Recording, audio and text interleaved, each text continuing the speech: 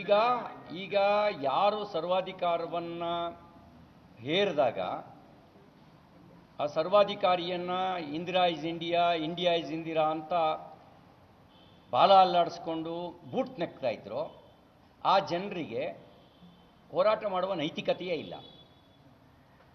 ಅವರು ಪ್ರಜಾಪ್ರಭುತ್ವವನ್ನು ಬಂದಿಯಾಗಿರಿಸಿದಾಗ ಹೋರಾಟ ಮಾಡಲಿಲ್ಲ. Indira is India, India is Indira ಅಂತ ಘೋಷಣೆ ಆಗ್ತಾ ಇದ್ರು. ಪ್ರಜಾಪ್ರಭುತ್ವ ಅವಾಗ ಬಂದಿಯಾಗಿತ್ತು ಸರ್ವಾಧಿಕಾರಿಯ ಕೆಳಗೆ. ಮನಸೋ ಇಚ್ಛೆ ಸಂವಿಧಾನ ತಿದ್ದುಪಡಿ ಮಾಡಿದಾಗ, ಸಂವಿಧಾನದ ಪೀಠಿಕೆಯನ್ನೇ ಬದಲಾಯಿಸಿದಾಗ ಪ್ರತಿಭಟಿಸದ ಪಕ್ಷಕ್ಕೆ ಅಂಬೇಡ್ಕರ್ ಸಂವಿಧಾನ ಬೇಕು ಅಂತ ಹೇಳಿದ್ದಕ್ಕೆ ಪ್ರತಿಭಟಿಸ್ತಾರೆ ಅಂದರೆ ಅವರು ಅಂಬೇಡ್ಕರ್ ವಿರೋಧಿಗಳು. ಅಂಬೇಡ್ಕರ್ ವಿರೋಧಿಗಳು ಮಾತ್ರ ಮಾನನೀಯ ಸರಸಂಘ ಮಾನನೀಯ ಸರಕಾರ್ಯವಾಹ ಆಗಿರ್ತಕ್ಕಂಥ ದತ್ತಾತ್ರೇಯ ಹೊಸಬಾಳೆ ಅವರ ಹೇಳಿಕೆಯನ್ನು ವಿರೋಧಿಸ್ತಾರೆ. ಇನ್ನೊಂದು ನೋಡಿ, 2-3 ಘಟನೆಗಳು ಭಾಳ ಗಂಭೀರವಾಗಿರೋದು. ಬೆಂಗಳೂರು ಚಾಮರಾಜಪೇಟೆಯಲ್ಲಿ ಹಸುವಿನ ಕೆಚ್ಚಲನ್ನು ಕತ್ತರಿಸಿದಂಥ ಒಂದು ಬೀಭತ್ಸ ಕೃತ್ಯ ಪ್ರಕಟ ಆಯಿತು. ಅವಾಗ ಹೇಳಿದ್ರು ಅವನು ಮಾನಸಿಕ ಅಸ್ವಸ್ಥ, ತಲೆ ಸರಿ ಇಲ್ಲದೆ ಇದ್ದವನು ಅಂತ. ಅದರ ನಂತರ ಭಟ್ಕಳದಲ್ಲಿ ಪ್ರಕರಣ ಆಯಿತು, ಕಡೂರಿನಲ್ಲಾಯಿತು, ಚಿಕ್ಕಮಗಳೂರು ಜಿಲ್ಲೆ ಕಡೂರಿನಲ್ಲಿ, ಹೊಸನಗರದಲ್ಲಾಯಿತು, ಬೆಳಗಾಂನಲ್ಲಾಯಿತು. ಅಂದರೆ ಇಷ್ಟೊಂದು ಜನ ಮಾನಸಿಕ ಅಸ್ವಸ್ಥರು, ಹಸುವಿನ ಕೆಚ್ಚಲನ್ನೇ ಕತ್ತರಿಸುವ ಮಾನಸಿಕ ಅಸ್ವಸ್ಥರು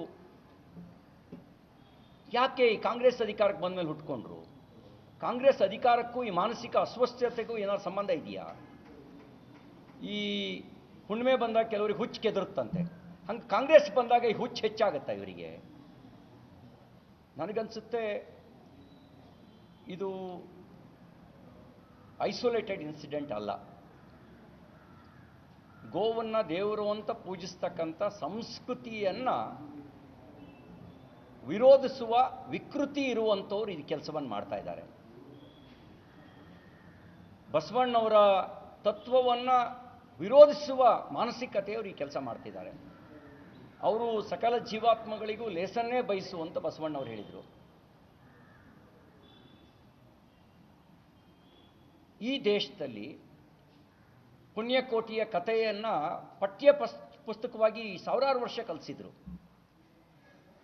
ಪುಣ್ಯಕೋಟಿ ಅನ್ನುವಂಥ ಒಂದು ಗೋವು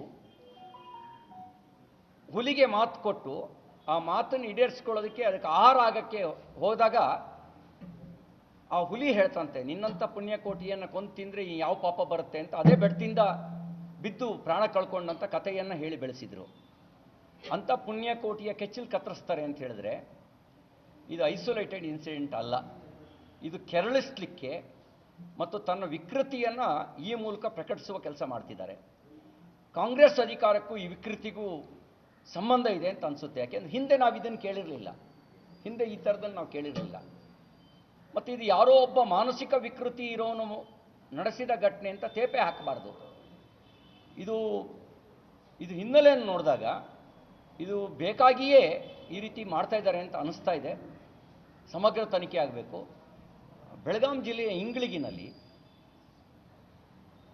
ಗೋಹತ್ಯೆಯನ್ನು ವಿರೋಧಿಸಿ ಗೋಹತ್ಯೆಯನ್ನು ತಡಿಲಿಕ್ಕೆ ಹೋದಂಥ ಶ್ರೀರಾಮ್ ಸೇನೆಯ ಕಾರ್ಯಕರ್ತರನ್ನು ಬಂಧಿಸ್ತಾರೆ ಅಂದರೆ ಸರ್ಕಾರ ಏನು ಮಾಡ್ತಾ ಇದೆ? ಭಾಳ ಗಂಭೀರವಾಗಿ ತೆಗೆದುಕೊಳ್ಬೇಕಾಗಿರೋ ವಿಷಯ. ಗೋ ಹಂತಕರಿಗೆ ಬೆಂಬಲ ಕೊಡೋದ್ರ ಮೂಲಕ ಸಂವಿಧಾನ ಮತ್ತು ಕಾನೂನನ್ನು ಗೋ ಹಂತಕರಿಗೆ ಒತ್ತೆ ಇಡುವ ಕೆಲಸನ ಮಾಡ್ತಾ ಇದ್ದಾರೆ ಅಂತ ಅನಿಸುತ್ತೆ. ಅನಧಿಕೃತ ಯಾವುದು ಗೋಹತ್ಯೆ ಮಾಡುವ ಕೇಂದ್ರಗಳ ಮೇಲೆ ಕ್ರಮ ಕೈಗೊಳ್ಳಬೇಕಾದವರು, ಗೋರಕ್ಷಕರ ಮೇಲೆ ಹಲ್ಲೆ ಆದರೂ ಕೂಡ ಅದನ್ನು ತೇಪೆ ಹಾಕುವಂಥ, ಮುಚ್ಚಿ ಹಾಕುವಂಥ, ನಿಮ್ಮ ಮೇಲೆ ರೇಪ್ ಕೇಸ್ ಕೊಡ್ತೀವಿ, ನಿಮ್ಮ ಮೇಲೆ ರೇಪ್ ಕೇಸ್ ರಿಜಿಸ್ಟರ್ ಮಾಡ್ತೀವಿ ಅಂತ ಹೆದರಿಸುವಂಥ ಕೆಲಸ ನಡೀತಾ ಇದೆ. ತಕ್ಷಣ ಆ ಇಂಗಳಿಗಿಯಲ್ಲಿ ಯಾರ್ಯಾರು ಹಲ್ಲೆ ನಡೆಸಿದ್ರು ಅವ್ರ ಮೇಲೆ ಕ್ರಮ ಆಗಬೇಕು. ಮತ್ತು 8ಕ್ಕೂ ಹೆಚ್ಚು ಅಕ್ರಮ ಗೋಹತ್ಯಾ ಕೇಂದ್ರಗಳು ಕೆಲವರ ಬೆಂಬಲದೊಂದಿಗೆ ನಡೀತಾ ಇದೆ, ಆಳುವ ಪಕ್ಷದವರ ಬೆಂಬಲದೊಂದಿಗೆ ನಡೀತಾ ಇದೆ ಅಂತಕ್ಕಂಥ ಒಂದು ಆರೋಪ ಇದೆ. ಪೊಲೀಸರು ಅದ್ರಲ್ಲಿ ಶಾಮೀಲಾಗಿದ್ದಾರೆ. ಗೋಶಾಲೆಗೆ ಕಳುಹಿಸಿದಂಥ ಗೋವುಗಳನ್ನು ಕೂಡ ಕಟುಕರಿಗೆ ಒಪ್ಪಿಸುವಂಥ ಕೆಲಸವನ್ನು ಲಂಚ ಪಡೆದು ಮಾಡಿದ್ದಾರೆ ಅಂತಕ್ಕಂಥದ್ದು ಭಾಳ ಗಂಭೀರವಾಗಿ ತೆಗೆದುಕೊಳ್ಬೇಕಾಗಿರ್ತಕ್ಕಂಥ ಸಂಗತಿ. ಇದ್ರ ಬಗ್ಗೆ ಅವರ ಮೇಲೆ ಕ್ರಮ ಆಗದೇ ಇದ್ದರೆ ಭಾರತೀಯ ಜನತಾ ಪಾರ್ಟಿ ಮತ್ತು ಸಮಾನ ಮನಸ್ಕ ಸಂಘಟನೆಗಳು ಹೋರಾಟವನ್ನು ರೂಪಿಸಬೇಕಾಗುತ್ತೆ ಅಂತಕ್ಕಂಥ ಎಚ್ಚರಿಕೆ ಮಾತನ್ನು ಈ ಸಂದರ್ಭದಲ್ಲಿ ಹೇಳಿಕ್ಕೆ ಬಯಸ್ತೇನೆ.